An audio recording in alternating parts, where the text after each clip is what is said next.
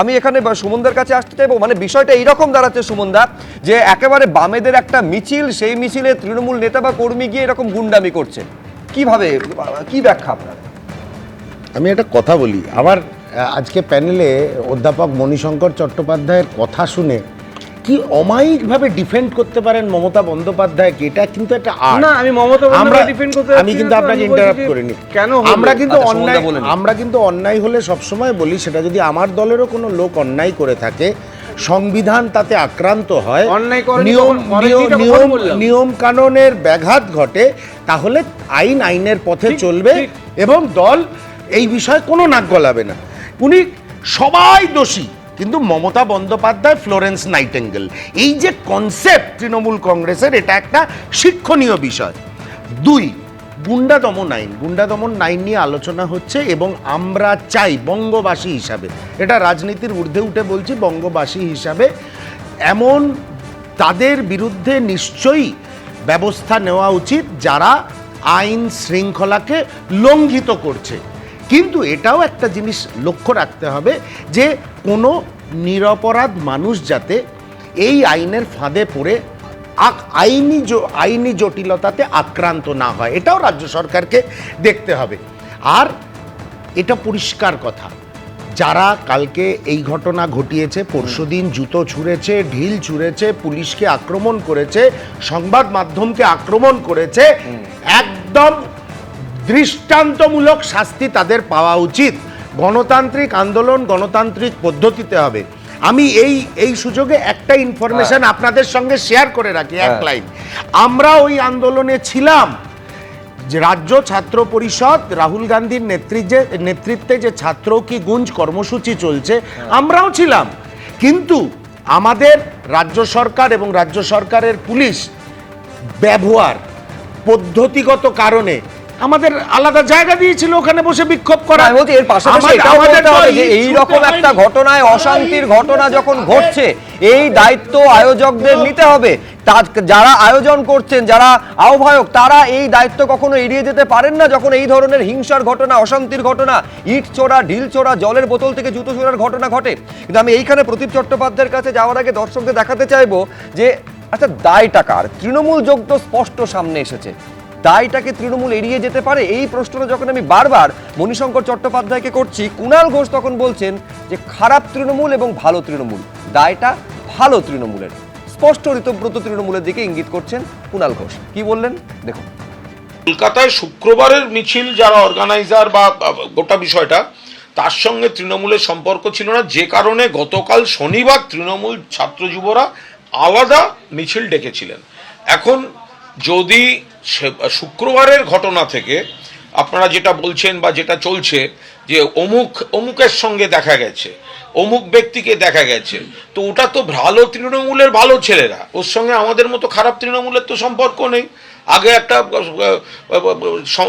Slogan উঠতো রাজনীতিতে, সোনার বাংলা সোনার ছেলে অমুক অমুক জিন্দাবাদ।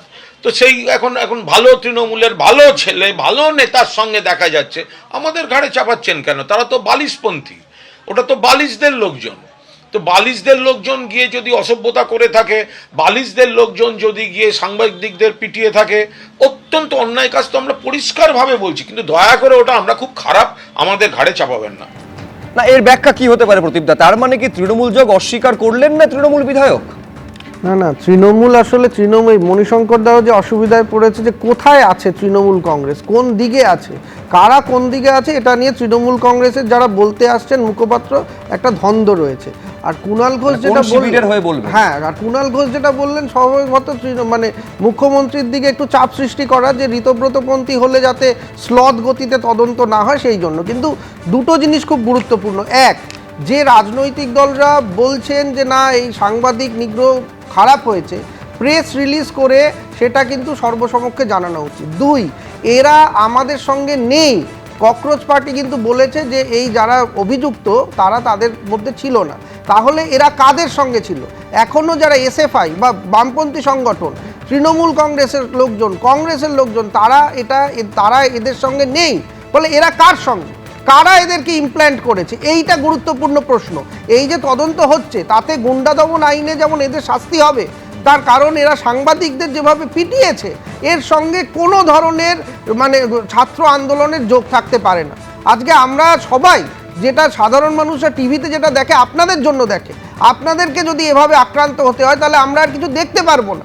ফলে এই যে আপনি যে ছবিটা স্ক্রিনে দেখাচ্ছেন এর জন্য আমার মনে হয় সর্বোচ্চ সাজা দেওয়া দরকার, কিন্তু সাজা দেওয়ার সঙ্গে এটাও জানা দরকার যে এই মব যারা শুধু সাংবাদিককে মারতে এসেছে তাদেরকে কারা অর্গানাইজ করেছে, কারা শুধুমাত্র সব সাংবাদিকদের গদি মিডিয়া বলে এই ট্যাগ দিয়ে যেভাবে মারা হচ্ছিল, এইটা নিশ্চয়ই এর পেছনে একটা মাথা আছে।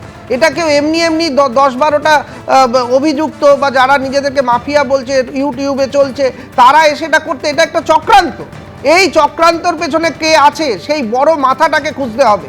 ও গুন্ডা দমন আইনে অভিযুক্তদের যেমন সাজা হবে যেমন তাদেরকে জেরা করে এই প্ল্যান হয়েছিল যে পুরো সাংবাদিকদের যারাই আসুক তাদেরকে পেটানো হবে। কেন?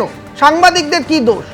প্রশ্ন ফাঁস কি সাংবাদিকরা করছিল, নাকি এখানে পশ্চিমবঙ্গে যা যা এত বছর হয়েছে সেটা দেখানোটা সাংবাদিকদের ভুল হচ্ছে? ফলে সাংবাদিকদের ওপরে গণমাধ্যমের ওপরে আক্রোশটা হলে রাজনৈতিকভাবে কার লাভ এইটা খুঁজে বার করতে হবে। এবং এই জায়গায় আমার মনে হয় তদন্তর গতিপথ দুদিকে হওয়া উচিত। এক, যারা অভিযুক্ত তাদেরকে শাস্তি, এবং এর পেছনে এই চক্রান্তের পেছনে কারা ছিল তাদেরকে চিহ্নিত করা। প্রদীপ চট্টোপাধ্যায় এই প্রশ্নটা তুলছেন যে হামলার ঘটনা ঘটলো, এর পেছনে কে রয়েছেন, এই নির্দেশটা কার কাছ থেকে এসেছিল, কারা তাদের সেখানে ডেকে পাঠিয়েছিল। অন্যদিকে রাহুল গান্ধী প্রশ্ন করছেন দিল্লিতে যে পুলিশ লাঠিচার্জটা করলো সেই নির্দেশটা কে দিয়েছিল। পড়ুয়াদের যে মারধর করা হয়েছিল সেদিন আপনারা জানেন, যেদিন সংসদ মার্চ অভিযান ছিল সেদিন পুলিশের লাঠিচার্জ একেবারে সংসদ ভবনের সামনে, তা নিয়ে কেন্দ্রীয় স্বরাষ্ট্রমন্ত্রীকে এই হচ্ছে রাহুল গান্ধীর পাঠানো চিঠি, যেখানে তিনি বলছেন এই পড়ুয়াদের ওপর বর্বরোচিত হামলা, সেখানে এই নির্দেশটা দিল কে? লোকসভার বিরোধী দলনেতা এই চিঠি পাঠিয়ে তার জবাবটা চেয়েছেন। প্রশ্ন তুলছেন রাহুল গান্ধী, শান্তিপূর্ণ আন্দোলনে কেন বর্বরোচিত হামলা হলো? এবিপি আনন্দ, এগিয়ে থাকে, এগিয়ে রাখে।